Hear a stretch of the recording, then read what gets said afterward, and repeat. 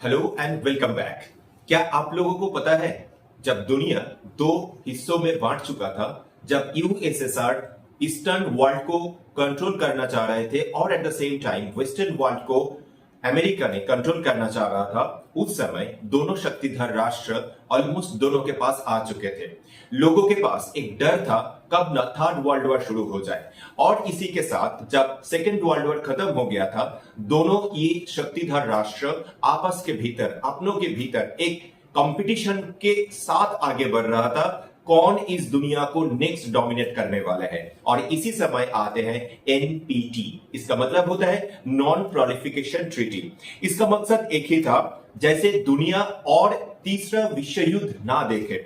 देखिए, जिसके साथ जितना ज्यादा अस्त्रधर शक्तिशाली वेपन होगा, वो देश उतना ही ज्यादा से ज्यादा आपका फाइट करेगा या फिर आपके से ज्यादा डोमिनेट करना शुरू करेगा।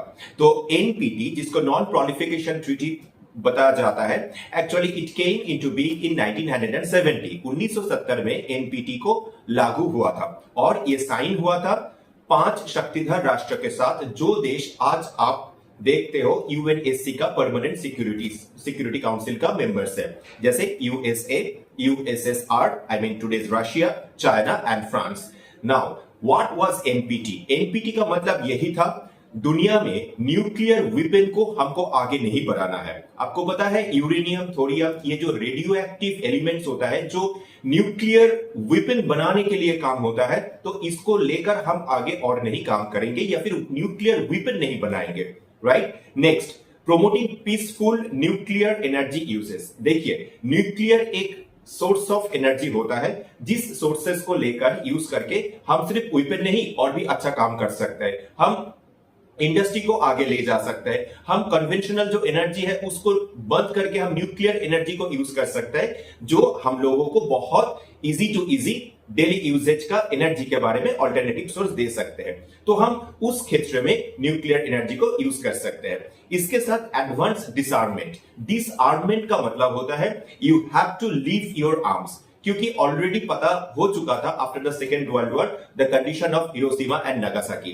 The 2 cities of the Japan was dropped by bomb. I mean, the bombs were dropped on Hiroshima and Nagasaki, and after that, that's impact last for a more or less 50 to 60 years, and that was the condition of the Hiroshima and Nagasaki, right? So दुनिया को ये देखना नहीं था और दोबारा ये लड़ाई और ये जंग आगे बढ़े। So NPT का मतलब होता है नॉन प्रोलिफिकेशन ट्रीटी। इस एग्रीमेंट के द्वारा, इस एग्रीमेंट के साइन करने के बाद आपको न्यूक्लियर वेपन को हटाना एक मैंडेटरी हो जाता है। बेसिकली एनपीटी ट्रीटी 2 हिस्सों में हम लोगों को बांटते हैं, that is NWS, that is nuclear weapon states, और एक होता है NNWS, that is non nuclear weapon states, right. तो एनपीटी साइन करने के बाद जो नॉन न्यूक्लियर वेपन स्टेट्स है, इनको पास एक मैसेज दिया जाता है, at any rate they can not use the nuclear energy for the purpose of making a bomb or atomic explodes, etc. Means you can use the nuclear energy, but that must not be used for making any weapon. आप अपना development के काम में nuclear energy को इस्तेमाल कर सकते हैं, not for your weapon use. So its purpose was a peaceful world, its purpose was a sustainable world, and to stop any further conflict like World War. So that was NPT at all. How was the video and how do you like that? If you like the video, then I can understand. You can understand the video. For more, keep watching. Thank you.